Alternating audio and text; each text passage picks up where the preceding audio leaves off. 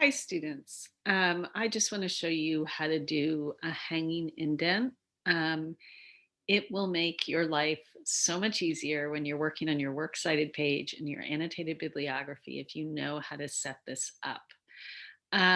So in Microsoft Word, which is what I'm showing you here, this is a works cited page. It's a draft. I don't even know if it's all correct. I'm just using it to show you a hanging indent. Um, what you do normally in Microsoft Word, there's a little button up here that says paragraph, and you would click on that. That's not showing up on my Mac for some reason. So what I have to do, and this won't show up on Zoom, is go to the top of my desktop on my Mac and click on where it says format, and then click on where it says paragraph. And once I do that, I will get the dialog box that the rest of you will get if you just click on paragraph on your toolbox. Oops, I made a mistake. I forgot to block. So before I do this, I should block my works cited page entries.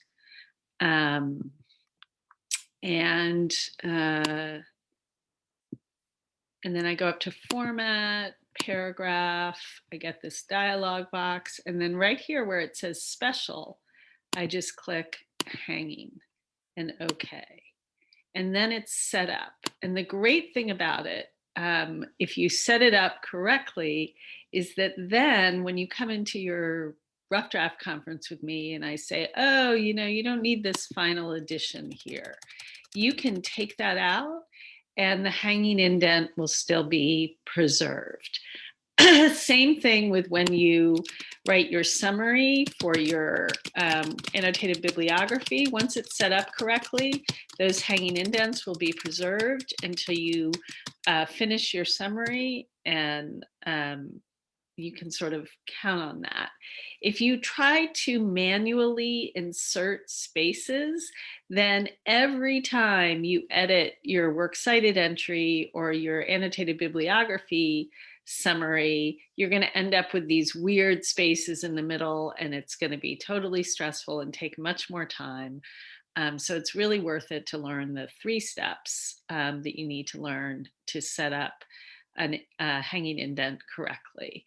The other thing I want to show you is how to do it in Google Docs. Um, so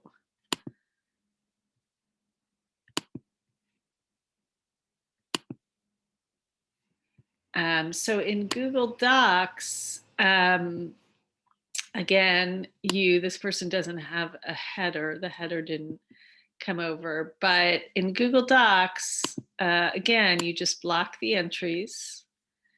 You can do this through the ruler in both Microsoft Word and Google Docs, and the other videos I posted show that.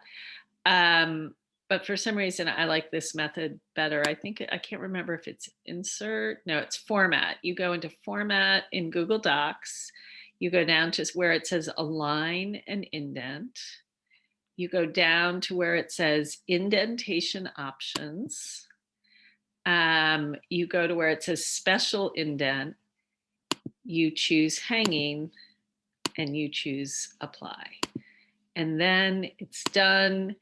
It's all formatted that way for both your works cited page and your annotated bibliography. And if you need to change anything, or let's say you need to insert something, more information here that I asked you to add during our rough draft conference, then you can add it and the indent will still be preserved. So take a second to learn how to do it, and make sure you set it up correctly so your life will be easier as you go through the process of doing the research paper.